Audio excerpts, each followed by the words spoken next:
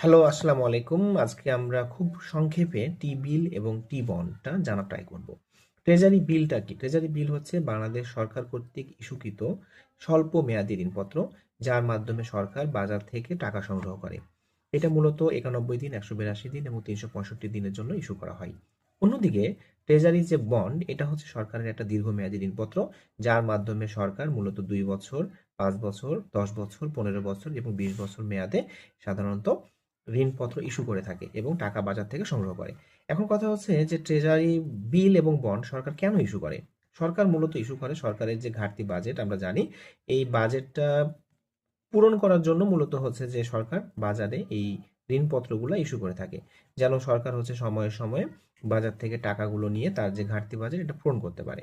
এখানে হচ্ছে যে সরকার দেশের আমরা জানি যে উন্নয়নমূলক যে প্রকল্পগুলো আছে কিংবা বার্ষিক যে পরিচালন ব্যয় আছে, এগুলো পূরণ করাই হচ্ছে সরকারের মূল কাজ।